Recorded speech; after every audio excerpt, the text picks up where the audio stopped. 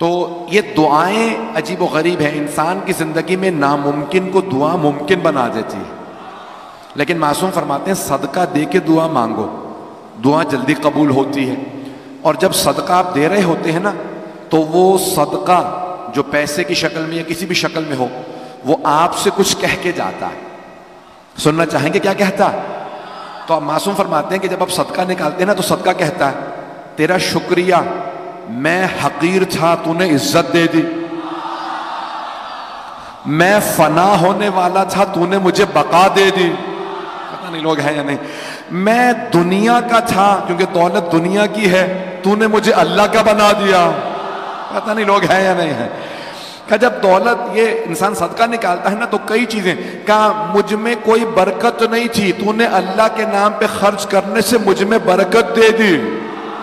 مولا علی کہتے ہیں نہج البلاغہ میں جب راہ خدا میں کچھ دو، جتنا دے سکتے ہو زیادہ سے زیادہ دے دو. گلا میرا اذیت تو نہیں کر رہا آپ؟ آواز سمجھ میں آ رہی ہے سب کو؟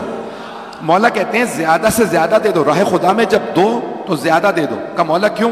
کہا کیونکہ تم جس کسی کو بھی دے رہے ہو وہ دنیا میں لیے پھر رہا ہے تمہارا، آخرت میں تمہیں ملے گا. میں سوچ رہا تھا مجھے وضاحت کرنی پڑے گی. بھئی آپ لوگوں کا حسن سماعت بہت بلند ہے، تو مجھے کئی شہروں سے لوگ کہتے ہیں مولانا کئی مرتبہ ہمیں جملہ سوچنا پڑتا ہے، کراچی والے جملہ مکمل ہونے سے پہلے پہنچ جاتے ہیں. اب میں ایک جملے اس کی تھوڑی سی وضاحت کر دوں.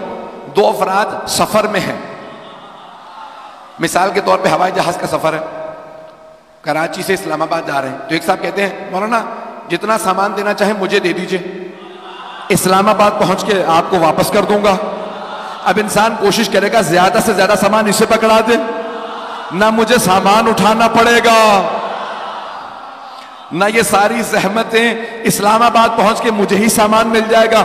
مولا فرما رہے ہیں جو راہ خدا میں دیتے ہو وہ ختم نہیں ہوتا، تمہارا ہی رہتا ہے.